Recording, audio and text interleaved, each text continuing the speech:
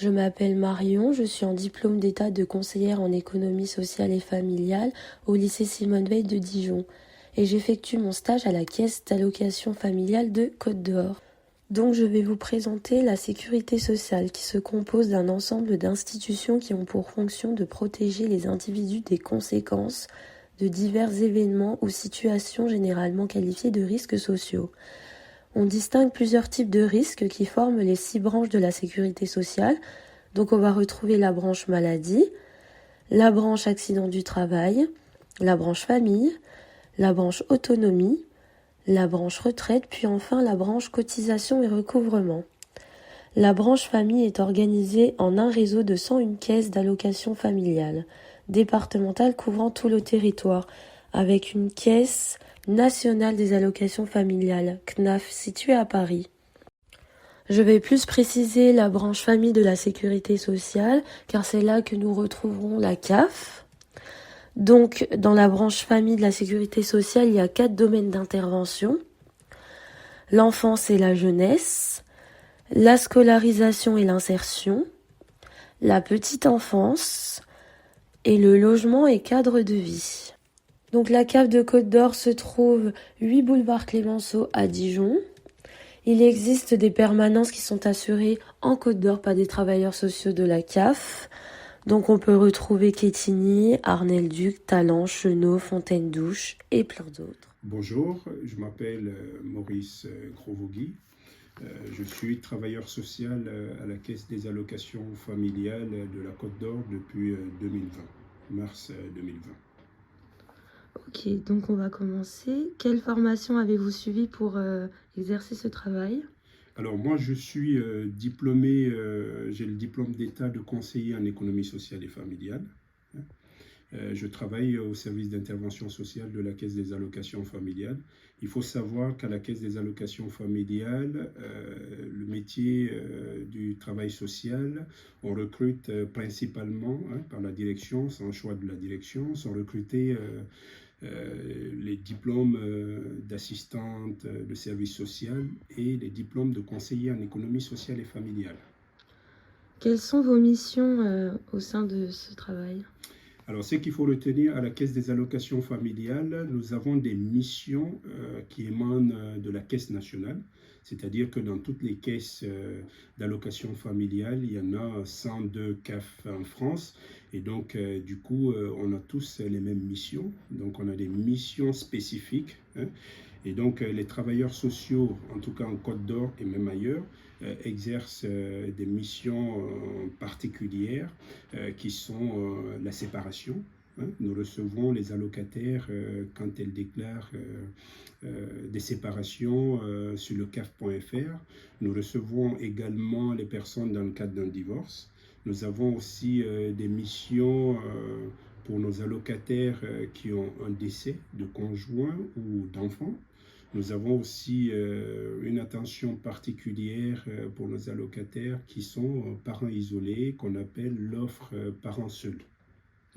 Et dans ce cadre de mission, en fait, par rapport à la séparation, une fois que l'allocataire enregistre la séparation sur le CAF.fr, on a un système de requêtage qui permet en fait de centraliser toutes les informations en lien avec la séparation qui basculent au niveau du service social de la Caisse des allocations familiales.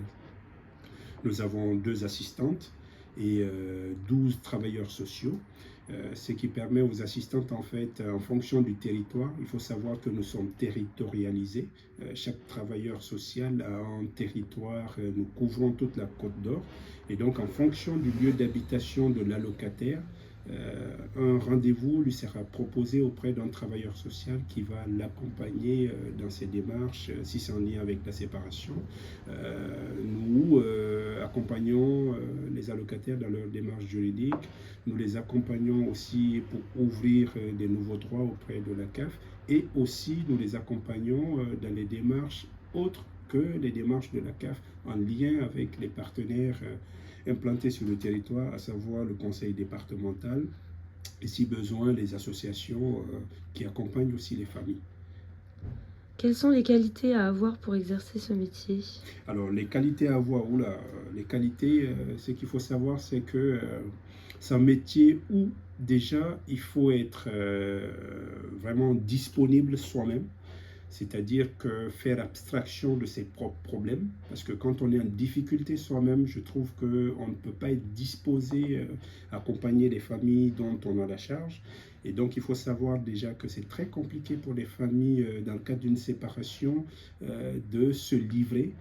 C'est au travailleur social déjà d'apporter un accueil chaleureux, même si c'est pas chaleureux, j'ai envie de dire, dans le cadre d'une séparation, ça reste quand même compliqué. Et donc le fait d'être à l'écoute, d'être concentré sur la personne, de se décentrer, de se concentrer sur la personne, et aussi la qualité de l'accueil aussi qu'on va accorder à la personne permettra à la personne, à l'allocataire de se livrer, peut-être pas au premier rendez-vous, mais le premier rendez-vous est très important pour commencer à établir une première relation de confiance, et par la suite, pour moi, on va faciliter beaucoup de choses. Donc il faut de l'accueil, de l'écoute, de l'empathie, respecter aussi le rythme de la personne, ne pas bousculer la personne, accepter que la personne nous livre des éléments qu'elle a envie sur le moment de nous livrer. Et par la suite, on verra, avec la relation de confiance, on verra que les choses se mettront en place. C'est très important de respecter le rythme de la personne et d'être disponible entièrement pour la personne. Parce que ce qu'il faut savoir, c'est qu'un allocataire, quand on accompagne ou quand on met en place un accompagnement, il est important qu'il y ait des deux côtés, des deux parties, des engagements. C'est-à-dire que le travailleur social va s'engager à effectuer des démarches, et la famille va s'engager aussi à effectuer aussi d'autres démarches. Et ces démarches vont permettre en fait à chacun, durant l'accompagnement, de faire le point, de savoir est-ce que vous, de votre côté, vous avez pu effectuer ces démarches. Et aussi le travailleur social, s'il s'engage par exemple à suivre le dossier CAF, par exemple, pour donner un exemple, qui est bloqué, dire ben, je vais faire le nécessaire afin de débloquer le dossier qui est coincé, ou afin que la séparation soit enregistrée. Parce qu'il faut savoir que nous pouvons accueillir des familles qui ont un projet de séparation, mais qui ne sont pas forcément séparées encore. Donc selon la problématique, c'est le travailleur social, pour moi, qui doit s'adapter en fonction de sa posture, pour mieux accompagner la famille et mieux rester disponible pour mieux prendre en charge la situation. Voilà. Quelle est la place du conseiller en économie sociale et familiale dans cette mission? Alors la place du conseiller en économie sociale et familiale, il faut savoir que on a, de par notre formation, c'est des qualités, savoir que les conseillers en économie sociale et familiale ont pour habitude d'accompagner les familles par rapport à la gestion du budget. Et aussi le fait aussi qu'on peut aussi conseiller aux familles par rapport à l'économie d'énergie, parce qu'il faut savoir, ça c'est des qualités que nous avons par rapport à ce métier.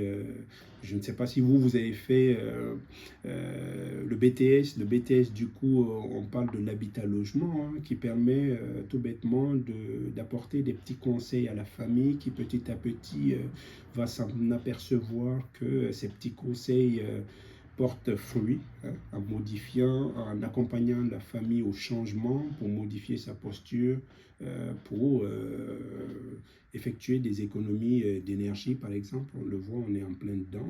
Ça passe par l'entretien du frigo, ça passe par acheter de l'électroménager adapté au logement. Ça passe aussi par épauler la famille dans tous les actes de la vie quotidienne.